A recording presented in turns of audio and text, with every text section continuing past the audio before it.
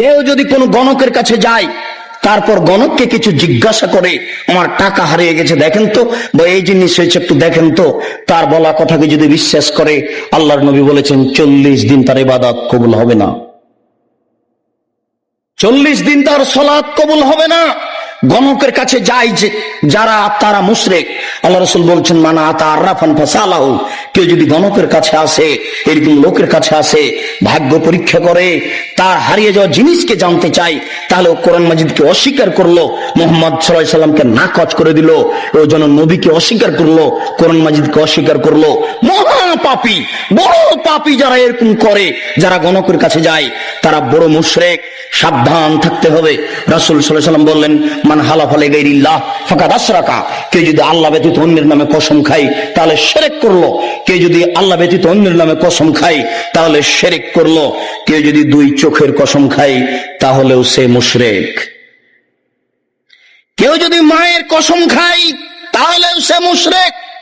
মায়ের কসম খাওয়া যায় না, কোরআন মাজিদে হাত রেখে কসম খাওয়া যায় না, মসজিদে ঢুকে কসম খাওয়া যায় না, ছেলের মাথায় হাত রেখে কসম খাওয়া যায় না, ছেলের মাথায় হাত রেখে কসম খাওয়া শিরক। এইভাবে হাত চালিয়ে ভাগ্য পরীক্ষা করা শিরক।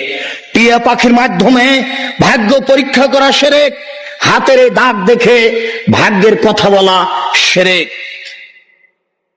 রাত্রে ঘরের আবর্জনা ঝাড়ু দিয়ে বাইরে নিক্ষেপ করা যায় না, এই মন্তব্য শিরক।